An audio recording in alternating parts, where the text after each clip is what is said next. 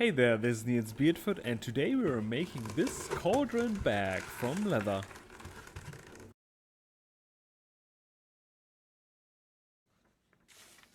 Print and cut your pattern and transfer it onto the leather.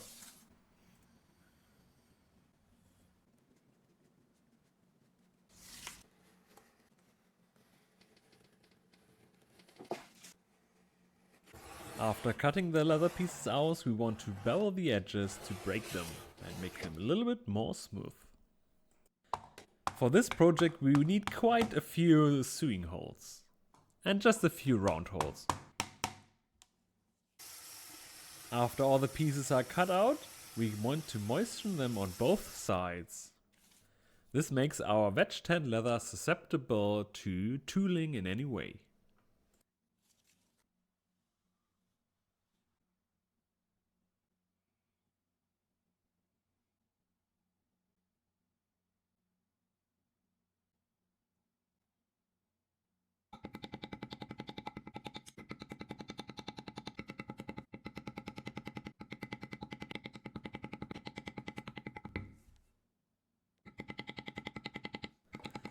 Since we are more or less looking for a cast iron look, I use my stone and hammer it in for the texture.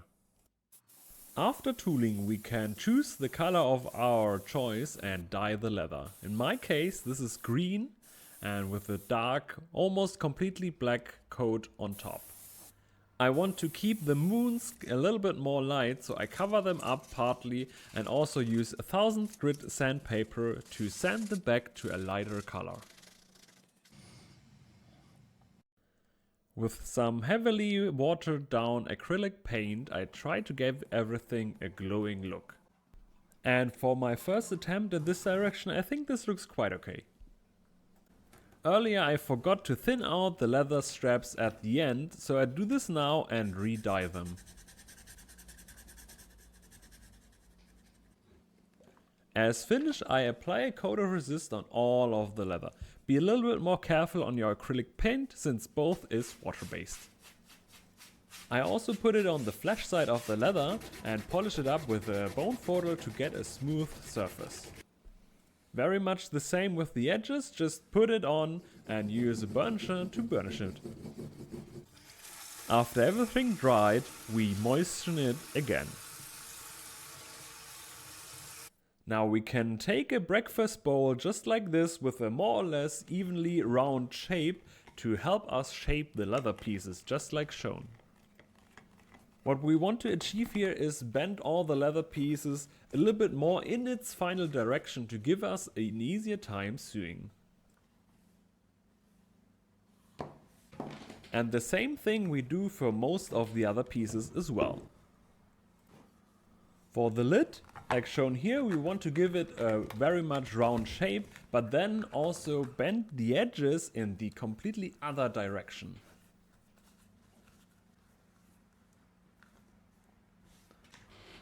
For our handles, we don't need our breakfast bowl, we just want to bend them in like this.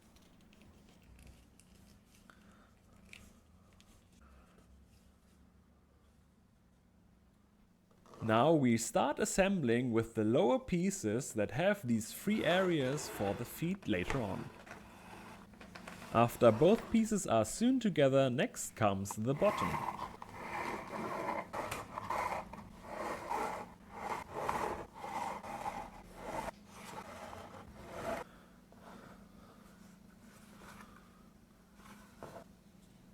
And now the feet.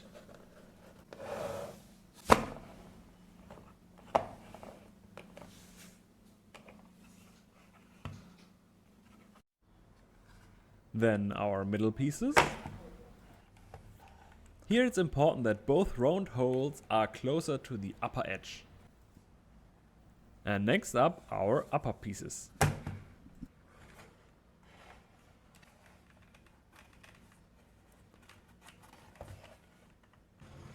Now we need our breakfast for bowl again, but just to moisten the upper edge of the upper piece. Now we can bend this edge outwards to give us an easier time with the next step.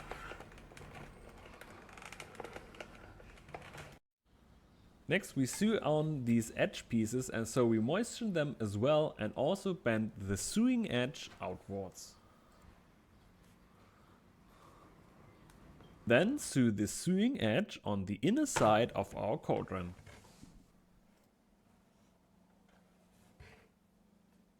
If the edge pieces are still moist, we can use that to bend them outwards even further. These two upper holes are for our closure. What we need now are these 4 on the bottom for the attachment. Take some rivets and, important, start with the upper 2 holes. This makes it quite a bit easier, because this process is not that simple. It's difficult to get to the rivets directly, so what you want to do is put the hammer in on the rivet and then smash everything, the cauldron as well, on your anvil plate. If you have problems here, you always can use screw rivets or sew everything on. And this is how you get your D-ring attached.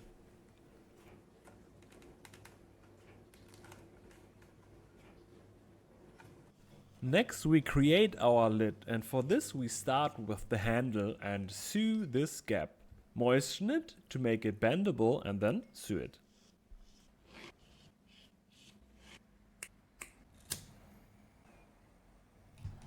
Hammer it more down, use a burnisher to burnish the sewing edge and then bend it.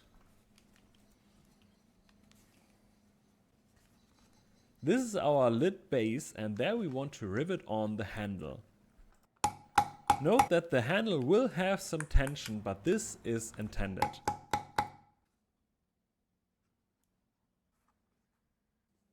To make the lid fit more exactly, we need also these strap pieces. We moisten them and then sew them on the bottom side.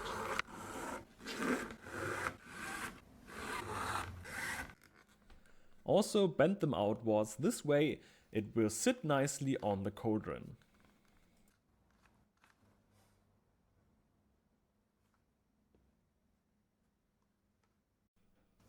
To close the cauldron bag shut, we have these holes on both pieces and we need some leather straps to connect them.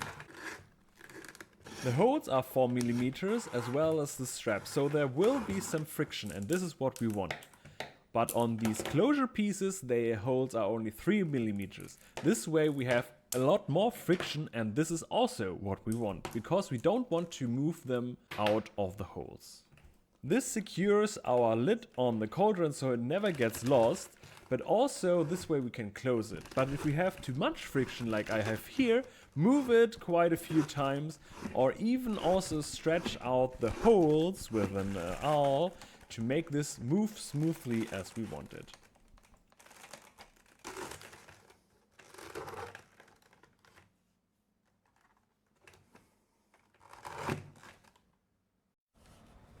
For our big handle bag, we use this leather piece, moisten it as we did before with the others, and then also we put in a rope piece with about 12 mm thickness, and then we sew it shut.